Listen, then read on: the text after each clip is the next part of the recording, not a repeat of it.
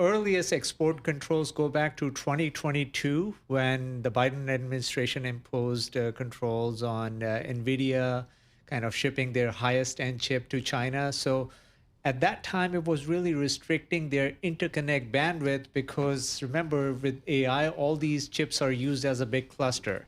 So they thought that could prevent, China from using the latest Nvidia chips. That didn't suffice. So then they added kind of a new form of restriction, and then the diffusion rule came into play, which was almost 168-page rule around like how NVIDIA is supposed to ship their latest and greatest chips to three different sets of allies in terms of, countries that have unrestricted access versus the ones where China could use them as a proxy to get access to the chips. So there were different sort of clauses in terms of restricting the access to those chips. But at this point, given we keep hearing about Chinese LLMs, Ant Group being the latest one, releasing their own LLM at low cost, it just goes to show that even with all the restrictions, it hasn't really impeded their progress in any way. And they're able to, build on whatever they have available. So to that point, did chip companies then are like, hey, just let us get a piece of the pie that's already going to build no matter what? Or are they really losing revenue from this?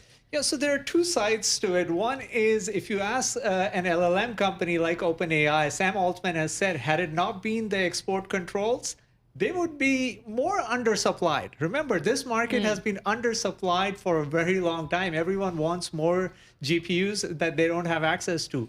If the export controls were not in place, these companies would be even more undersupplied. But the other side is NVIDIA is saying, I'm losing revenue because I have got 20% revenue exposure to China. It's getting lower and lower to the point that it'll be less than 10% now, and I'm losing potential revenue that I could get by selling my chips. So there are both sides to it, but I think the fact that this market is undersupplied means that NVIDIA does have somebody to buy their chips, and they continue to command premium pricing for that.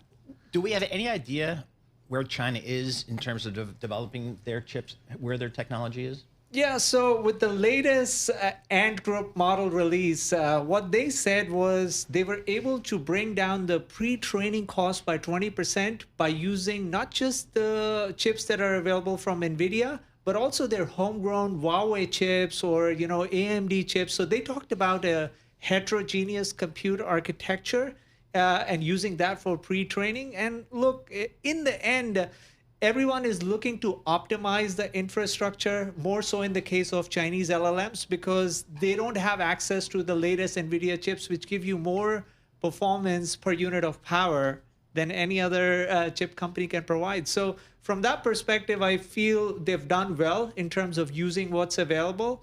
But clearly, I think the US-based LLM companies have an advantage given they have the best performing chips and they can train their models much better. They can use it for reasoning. So it is an advantage.